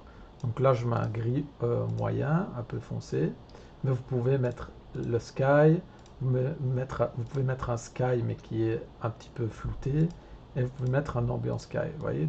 Donc si vous avez une image, parfois c'est même possible directement incruster en 3D votre modèle dans l'image, hein, d'accord? Voilà, truc dans ce genre là, quoi. Après, bon, moi je suis pas spécialement fan de ça. Il faut vraiment très bien le faire si vous voulez le faire. Donc là, je vais rester sur une color. À partir du moment où vous êtes content avec ça, il y a des manières d'améliorer vraiment le rendu. Donc dans Render, déjà de base, euh, ce qui marche assez bien, c'est d'utiliser déjà du ray tracing. Donc si vous utilisez du ray tracing dans Marmoset 4, vous allez voir que le programme va être beaucoup plus lent. Euh, c'est normal, le ray tracing c'est quelque chose qui demande beaucoup de ressources. Et ça marche bien, surtout si vous avez une carte RTX. Donc c'est des cartes qui sont optimisées pour faire du ray tracing, d'accord? Dans Marmoset 3, si vous allez dans Render, simplement augmenter la résolution en 2.1. Donc là, il fait x2 sur la résolution de votre document. On voit déjà qu'on a plus de détails ici sur le modèle. Et activer la Global Illumination. Déjà ça fait des merveilles. Ici, au niveau de notre modèle, on peut changer la résolution en allant dans la petite roulette qu'il y a ici au-dessus. Euh, mais ça ne sert pas à grand chose parce que c'est juste dans le viewer. In fine, c'est à l'export que ce sera important. D'accord? Donc, il y a pas mal de post-process qui sont utilisables dans Marmoset et la plupart sont applicables depuis l'onglet caméra. Donc en fait, si je vais dans l'onglet caméra, qui est ici, main caméra, d'accord, et que je me mets sur mon modèle, vous voyez qu'il y a plusieurs choses, comme le field of view. Si vous voulez, ça c'est la manière dont la caméra va regarder votre objet. Donc si vous avez généralement des objets qui sont des géants, vous allez plus souvent avoir un field of view qui va être élevé pour donner justement une impression de grandeur sur votre objet. Et si vous avez des objets qui sont plus plats, que vous avez envie de rendre de manière plus plane, eh bien le field of view va être beaucoup plus bas. Vous voyez que là, si je réduis mon field of view, on perd presque toute la perspective sur mon modèle, d'accord? Un moyen de bien rendre, c'est généralement de vous mettre à 35 par exemple, parce que l'œil humain a un field of view plus ou moins 35.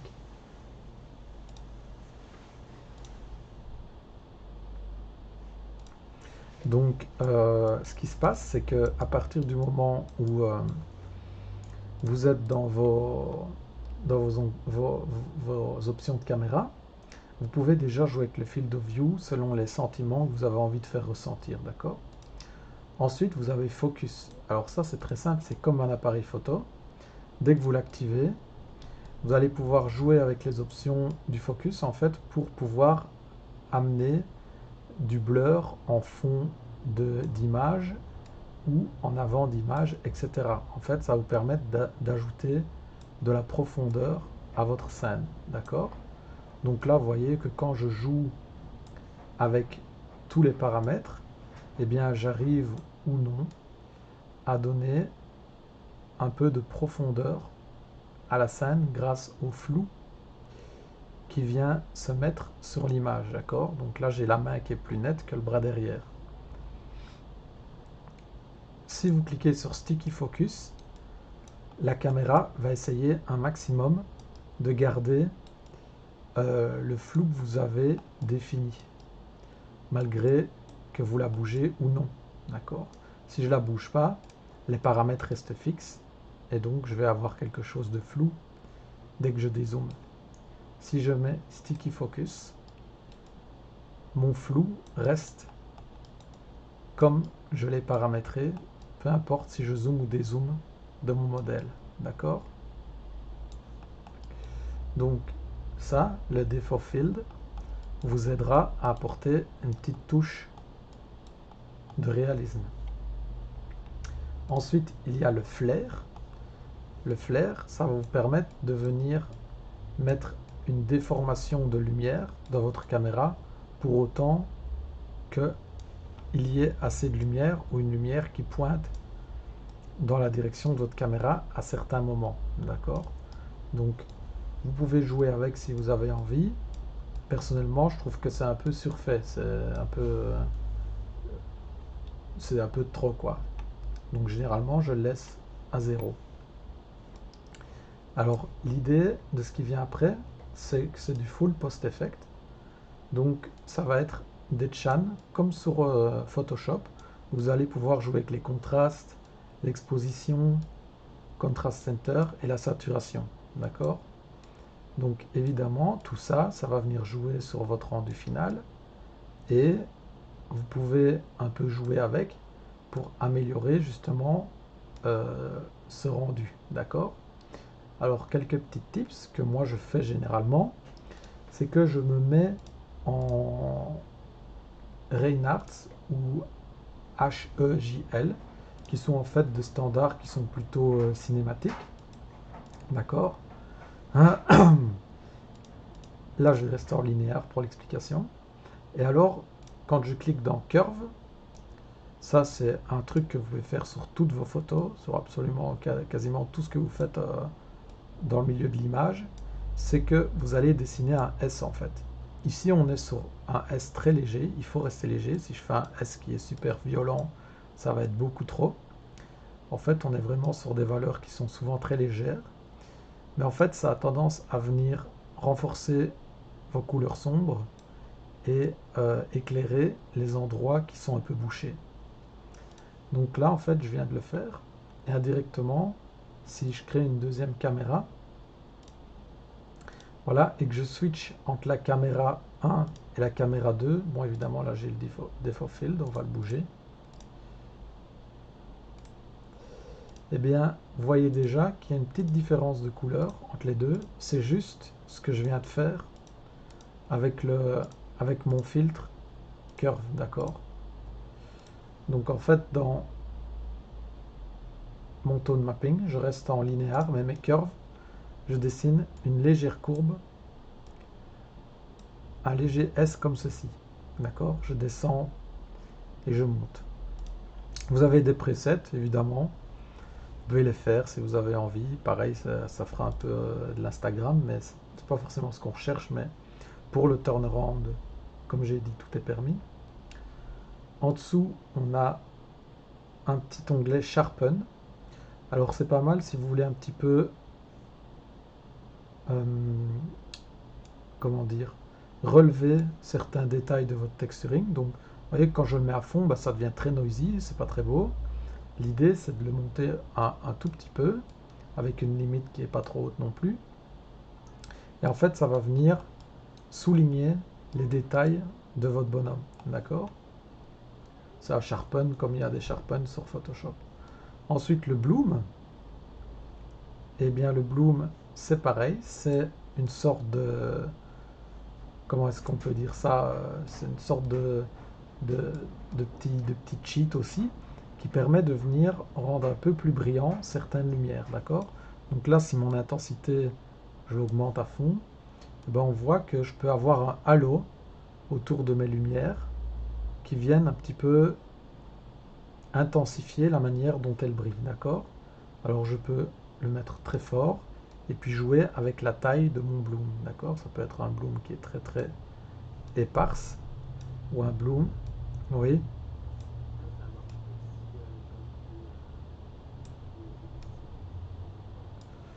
Bah oui. Si j'ai pas d'émissive et que je joue avec mon bloom, tu vois que c'est juste les reflets et les lumières qui vont être un peu bloomées comme ça, d'accord? Dans le cas où tu as de l'émissive, bah, l'émissive forcément ajoute du bloom aussi, d'accord? Vu que c'est des lumières. Donc là, je peux jouer un petit peu avec le bloom aussi. L'idée, c'est de ne pas avoir un sapin de Noël, d'accord? Donc pareil, on reste très léger dans la manière dont on va utiliser le bloom. Ensuite, vignette de base, hein, c'est pareil comme sur Photoshop ou Instagram ou tout ce que vous pouvez utiliser comme filtre photo.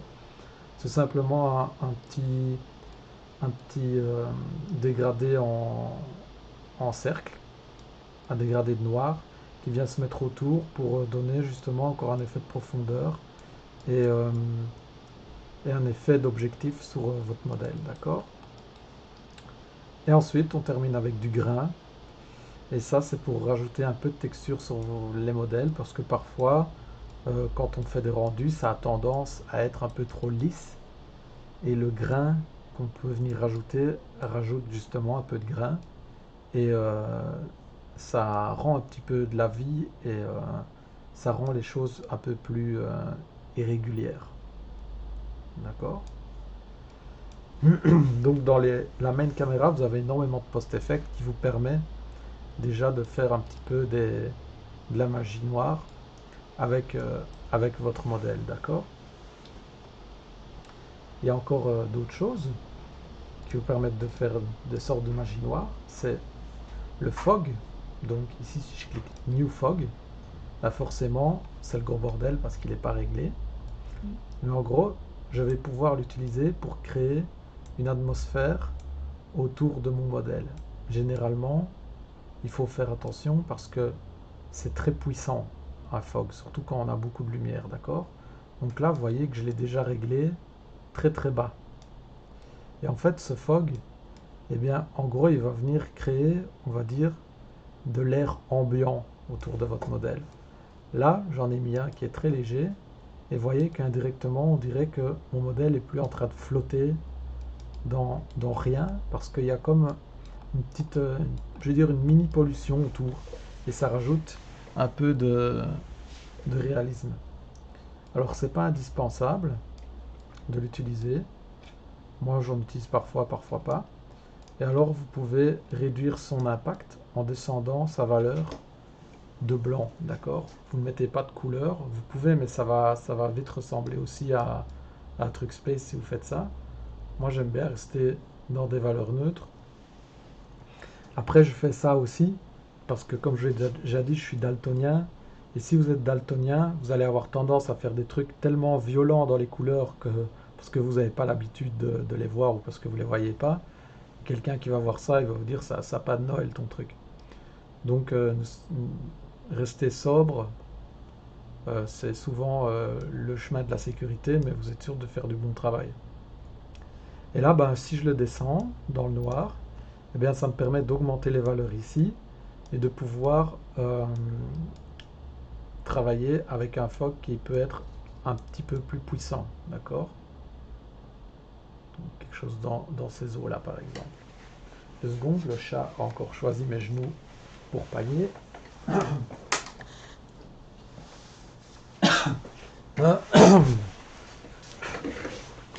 Donc ça, pareil, c'est un peu rapidos, mais c'est pour le fog. Pour votre turnaround, je ne vous empêche pas de l'utiliser non plus. Vous voyez que là, ben, ça crépite un petit peu, mais c'est normal, c'est parce qu'on est directement en temps réel.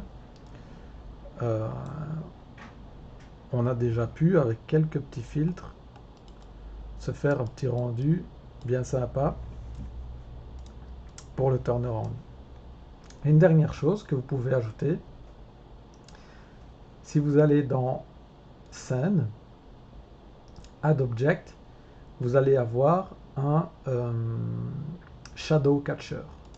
Si je clique là-dessus, ben en fait, vous voyez qu'il me crée sur mon sol, ben en fait, il me crée un sol, tout simplement. Il me crée une surface où je vais avoir les ombres de mon bonhomme. Ce qui peut être sympa aussi, justement, pour avoir des ombres portées. Alors, avec R, quand je clique sur mon Shadow Catcher, je peux augmenter sa taille, d'accord? Pour être sûr d'avoir ce qu'il faut en termes de taille de sol. Et alors là, pareil, si je refais mon turnaround, eh bien, j'ai l'ombre qui tourne avec.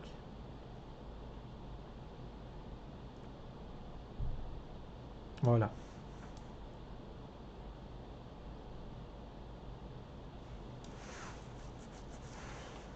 Alors tout ça, ce sont des moyens d'améliorer le rendu final de votre personnage. Faites attention à ne pas tomber dans l'extrême, d'accord? Euh, Essayez de garder,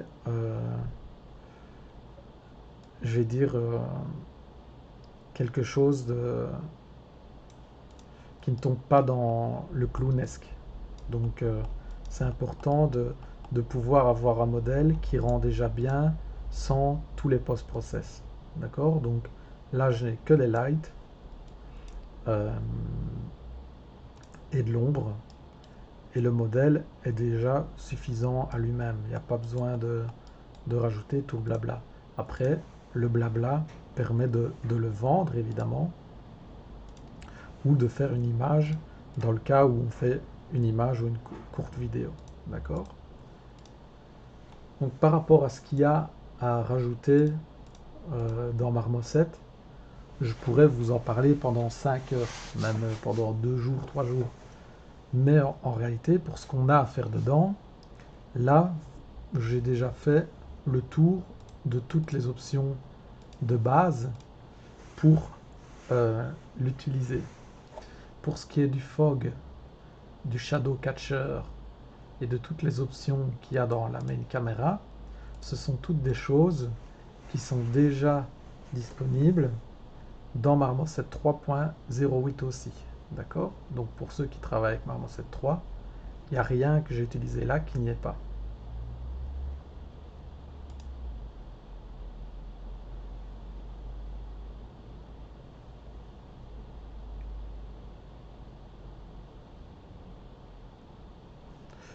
Donc par rapport aux 2 rendus que je vous demande, non.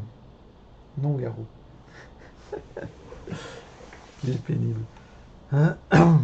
Par rapport au rendu que je vous demande, le turnaround et le, le model sheet, C'est tout ce dont vous avez besoin, d'accord? Vous pouvez rajouter tout ce que je viens de montrer, vous pouvez jouer avec. 2 minutes. Allez, hop là. Vous pouvez jouer avec, mais comme dit, faites attention de ne pas tomber dans l'exagération. Alors, il reste 10 minutes. Et n'hésitez pas à m'interrompre si vous avez des questions. Mais du coup, ce que je vais faire, c'est que je vais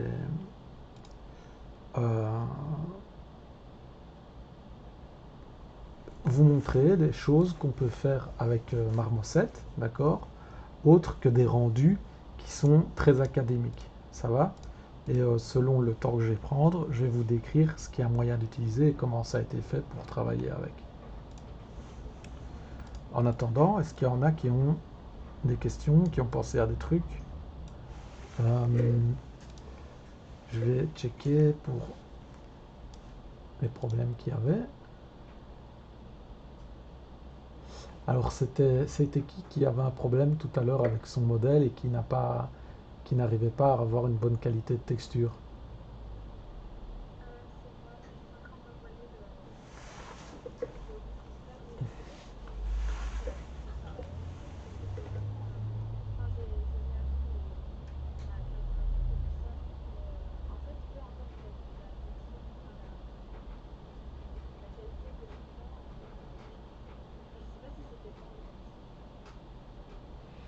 Bah, c'est probablement un problème de pilote graphique ou bien ton ordi, il faut peut-être essayer de le redémarrer, vu que là on est dans le Discord, je suis pas sûr que tu l'aies redémarré déjà. Euh,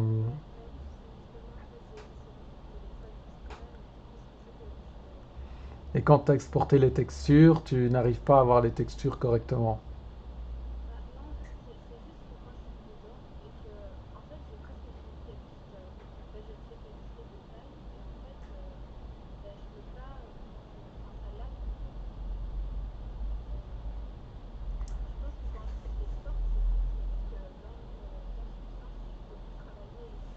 Ouais, ben, en fait, le truc, c'est que si tu es sur un PC qui est pas très puissant, à partir du moment où tu commences à avoir beaucoup de layers, l'ordinateur a du mal, c'est inéluctable. Donc, c'est clair que c'est peut-être ça ton problème. Et là, tu m'envoies le truc, je vais pouvoir te le dire en 2 secondes. Hein. Ouais, mais il suffit d'un layer en plus, hein.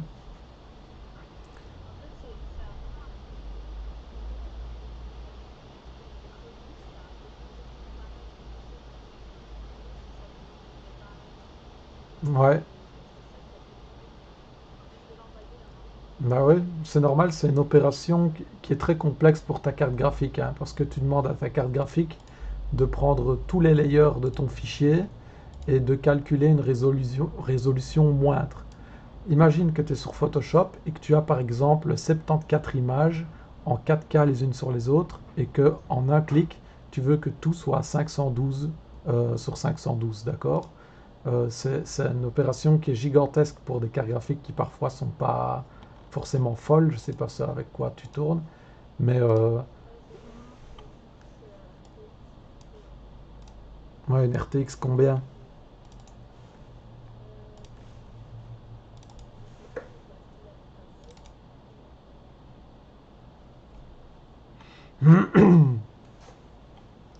Enfin, c'est pas grave. Là, je vais essayer sur mon ordi.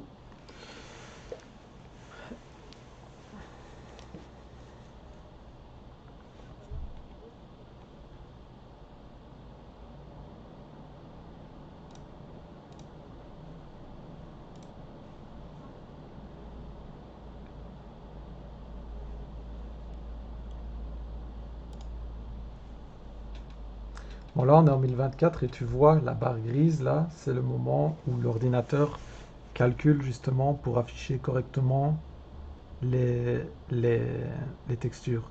Quand il fait ça, ça serait de le maltraiter, de lui demander de faire un million d'autres trucs, ça sert à rien.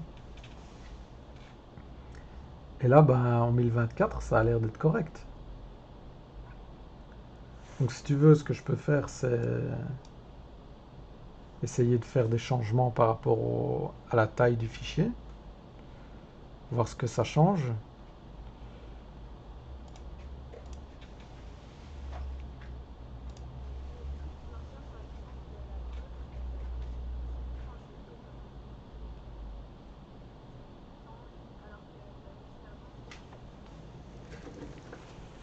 Oui, bah, c'est comme je dis, c'est parce qu'à un moment, ton ordinateur commence à devoir faire beaucoup de choses sur plein de layers différents. En fait, c'est un programme, plus on va rajouter de layers, plus il va avoir tendance à laguer, d'accord? Et là, en fait, ce qui s'est passé, c'est que quand tu demandes à ton ordinateur, donc moi, là, je demande à mon ordinateur de repasser toutes mes maps de 2048 à 512, et bien en fait, l'ordinateur, quand on fait ça, à chaque fois, la carte graphique, elle va remplir une mémoire qui s'appelle la VRAM. Et en fait, elle va la remplir de plein de trucs qu'elle doit retenir pendant peut-être 2 heures, d'accord? Et pour y avoir accès rapidement. Parce que c'est un truc qui est fait comme ça, pour qu'après on puisse switcher plus rapidement entre les tailles de texture, si tu veux. Et en fait, il suffit que tu aies travaillé sur ton modèle pendant 1 heure, par exemple, et puis que tu choisisses de rebaisser la taille à, par exemple, 512, et puis de la remonter à 1024, et pour que juste cette opération-là fasse après laguer quand tu veux dessiner. Tu vois que chez moi, là, ça lag un peu aussi, mais malheureusement, tu vas devoir faire avec ça. Euh, Parce que, en fait, si tu ne redémarres pas ton ordinateur à chaque fois que tu changes la taille de ta texture, bah, ça n'ira pas. Tu vois. Maintenant, c'est possible que ici, dans tes, dans tes layers, tu aies beaucoup de layers qui soient justement gourmands. Mais j'ai pas l'impression qu'il y en ait qui ont l'air d'être très gourmands en soi.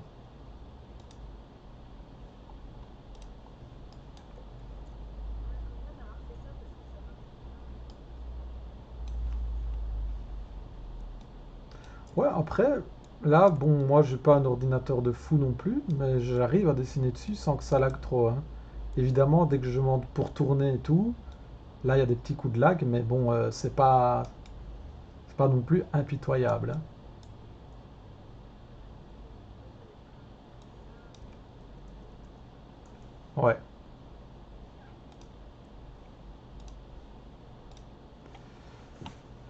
Donc, bah, désolé, j'ai pas fait grand-chose. Donc, du coup, pour revenir sur les rendus ici, oui, je t'écoute. moi je voulais juste savoir si tu avais reçu reçu la notification d'Internet. C'est juste pour être sûr comme ça. C'est bon normalement. Ou alors j'ai un autre email. Euh,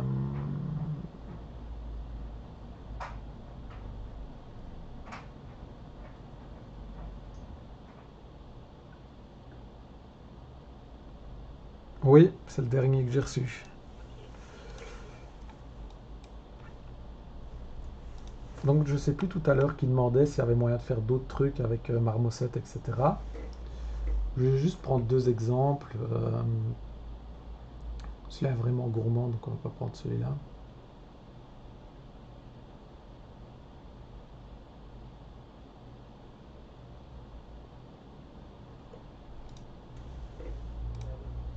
Oui, je t'écoute. Ouais,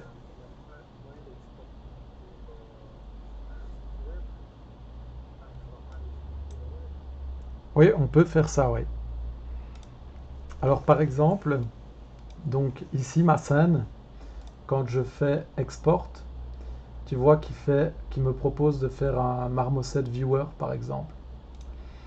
Eh bien, dans le Marmoset Viewer, j'ai plein d'options, donc pour exporter les animations, pour le jouer directement quand on le lance, choisir le nom, la manière dont ça va s'écrire en HTML, la taille de mon viewer, etc. Et puis il me dit surtout, attention, les shadowcasts des lampes Omni ne sont pas supportés et attention, les lampes Area ne sont pas supportées.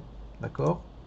Donc quand je clique sur Export, ce qu'il va faire, c'est que du coup il va prendre toute ma scène, faire un export. Dans ce cas-là, je pense qu'il la met sur mon bureau, voilà. Elle est ici. Et maintenant, tu vois, quand je clique 2 fois là-dessus, eh bien en fait, j'ai une scène exportable pour montrer mon modèle sur Internet. Donc par exemple sur ArtStation ou n'importe quelle page web, je vais pouvoir héberger mon fichier MView, où il y a du WebGL, si c'est possible aussi, pour pouvoir permettre aux gens de tourner autour de mon modèle et d'avoir justement les exemples que je vous ai déjà montrés pendant le cours de modèles en ligne, tout simplement. C'est comme ça qu'on fait. Ça va, donc c'est File. Ouais, c'est nickel. File, Export. Donc WebGL si tu n'es pas sur un site qui a directement le Marmoset Viewport d'intégrer. Ou le premier si jamais tu es sur un site qui a le Marmoset Viewport intégré. Ça va?